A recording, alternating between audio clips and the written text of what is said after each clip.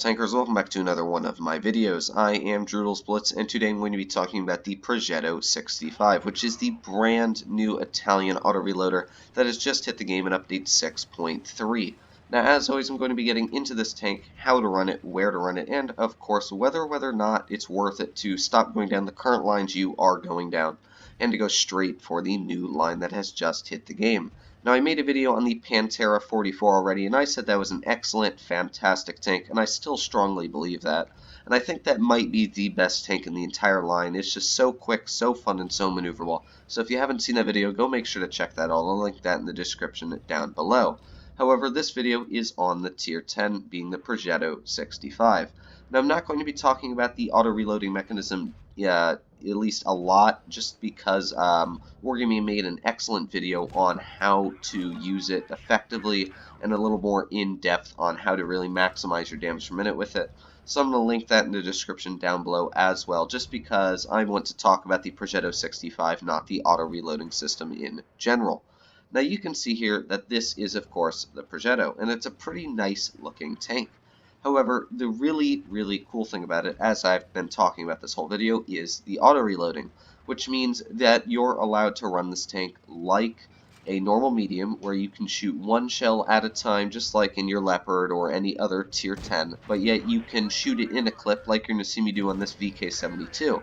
But the really cool thing about it is, now that I'm not shooting shells, instead of me having to reload an entire clip like a normal autoloader, I'm reloading each shell just by sitting still, which is really unique, and it makes this one of the coolest and just one of my favorite tanks, I'd have to say, at Tier 10. You're going to see here, VK72, I'm going to shoot one shell there, going to load some heat, pen him right in the lower plate. That's 2 shells. Now we're going to get the last one in. Yes, we are. And there you go. That's 1,000 damage added up. And now it's loading up like a normal medium. And that's what I really love about this tank, is it gives you so much versatility when you're running up against an enemy. Because now, unlike the bat shot where you shoot off your clip and you have to run and bail, this tank you can run it like a medium, and then you can load your clip back up, or you can just shoot it like a normal tank. You can see here, I'm going to finish off this WZ-120, 1, 2, 3, and now I'm just going to keep riding it forwards because I don't have to worry about my clip reloading. You're going to see here, this grill, well, no problem, boom, shooting HE-409. We've already broken 3,300 damage. But now, the thing about this tank is it worth it to go down this line? Because if the Tier 10's not a good tank, or it's not an easy one to run, I'd have to say, it wouldn't be worth it. I'd say stick with the Bat Chat or stick with some other tanks like the WZ-121. But here's the deal about the tank, and when I first pulled it out of the garage, I was used to the Pantera 44, because I free experienced all the way up to the Tier 10, because I wanted to get a video out for you guys really quickly, because I wanted to just try out the tank and see how it ran. But I was used to the Pantera 44. And I was a lot more aggressive in the Pantera because it was very quick, especially for the tier that it was in. He was able to outflank, outmaneuver, and pretty much outplay any of the enemy tanks because of that auto-reloading mechanism. However, the Tier 10, you're playing up against tanks that have normal damage of around 500, I'd have to say, averaged out, which means that you're not going to be able to take as many hits in this tank up against Tier 10s. 183 shell will completely obliterate this tank. And one of the main issues with this tank is it has absolutely zero armor. The entire front hull of this tank, you can see that entire slab on the front, that upper plate, is only 80 millimeters thick. Now, one good thing about it is at a very steep angle, which means that if you are to use your 9 degrees of gun depression, you can get very good auto ricochets and bounces, making this tank quite trolly. However, one thing I didn't mention is the turret is only 120 millimeters thick at the thickest, which means that you're really never going to bounce anything through your turret.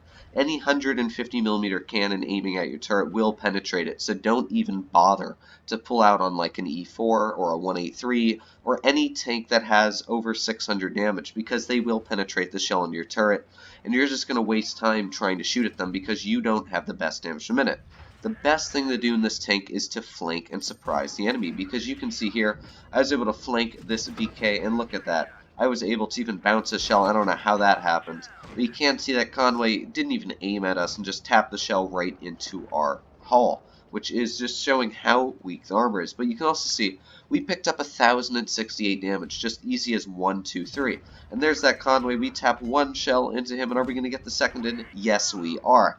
And now one of the really, really nice things about this tank that I really love is that it has 350 average damage, unlike the Batchat's 320. And it gives you a little bit more flexibility because now you're able to do an average of pretty much over 1,000 damage, which means that I can push on enemies and feel a little more confident that I'm going to be able to take them out, unlike I would do in the Batchat. And you can also see that the gun is very, very accurate. It's got very good dispersion. Excellent aiming time. I think it's only sitting around 2.8 seconds. You can see I'm going to load high explosive at this WT. Now I am running it like the normal medium, so you can't see the damage from it isn't spectacular. It's only sitting around 2,600, which is kind of lackluster when you think of it compared to any other tier 10 medium in the game. So the damage from it is really just awful using it as a single shot tank. However, the advantage of it is that it does have that clip and you're able to store your shells, so you're able to really maximize the amount of damage you can pull out, because now you can see I'm capable of dealing 1,100 damage easy 1, 2, 3, and it really gives you so much flexibility when you're pushing on enemies and you know that you can do 1,100 damage and then in another 7 seconds reload an entire shell again and deal another 350. So you can pretty much deal around 1,500 damage in about 10 seconds. It's really, really good. But again, you can see that 113 didn't even need to aim at me, but he falls through the building. I'm not sure why he did that, but he killed himself, which may have screwed the enemy team, but we're sitting at 3,400 damage.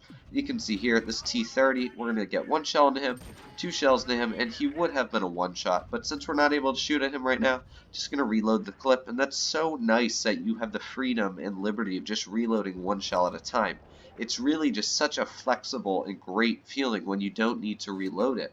And I really love this tank so much because of that, and to be honest, I think this is my new favorite tier 10.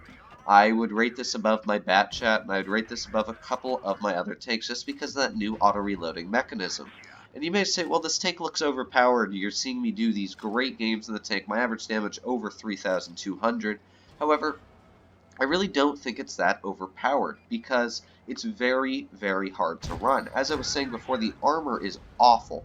And you can see here, even though I'm able to shoot at the 62A and I'm still sitting at 500 hit points just then, he's still going to out-reload me even when I'm just using my single shot. So the damage on this gun, for the damage per minute it has, is really, really poor. So that is one thing to remember, is that the damage per minute is so bad you really can't contest other mediums just on a face-by-face basis. You need to have some sort of cover, you need to be smart. So my final opinion on this tank is you definitely need to know what you're doing. If you're a new player, or let me say if you're sitting at less than 10,000 battles, I wouldn't suggest to go down this line. Because right after the tier 8, it gets very, very tricky. Not only do you have to know all the little tricks and tips about the auto-reloading aspects, how to maximize your damage per minute with it, you also have to know that your armor is absolutely atrocious, and you need to know where to push the tank, how to push it.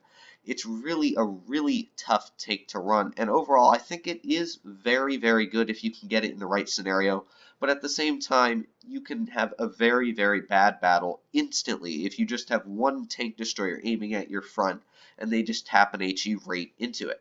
So overall, I think it's a really good tank, and I would suggest for most of you guys to go for this line. It's really a unique learning experience, and I really think this is one of the most unique tank lines in the entire game. I hope you guys did enjoy this video. As always, make sure to smash that like button if you liked it. If you didn't, hit that downvote button and let me know why in the comments down below. And if you want to see my equipment loadout, I'll bring that up real quick because you guys do ask about that all the time. So I'm going to show you it. Of course, I run calibrated, and when you run improved ventilation, it barely even brings up your stats. 40 more damage per minute, who really cares? You can see it barely brings up any of your stats. When you put on calibrated shells, 30 more heat penetration, that gives you the ability to now penetrate the front of an E100, to penetrate the front of a Jagdpanzer, so it's definitely a big advantage. Make sure you run the calibrated shells. Improved optics, I usually run view range. Unless I'm on a turret or tank destroyer, I usually always run the view range. For improved assembly, if you run the armor, there's seriously something wrong with you because, as I said, this tank has absolutely 0 armor. So for you to bounce a shell in this tank is about, 1 out of 10 possibility. The tank turns very, very quick, 66.82 degrees a second. So it's definitely a very mobile one. Make sure you put on the improved control over the engine accelerator because it already has a very quick acceleration. You can see it only brings up your average speed by 1.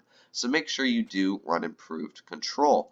And for the final 2, I always run the aiming time. I feel like the dispersion's good, but I'd rather just be able to snap that shot right in the enemy, other than having to wait an extra, second or so trying to get that aiming circle in. Because every, tenth of a second does make a difference in the long run.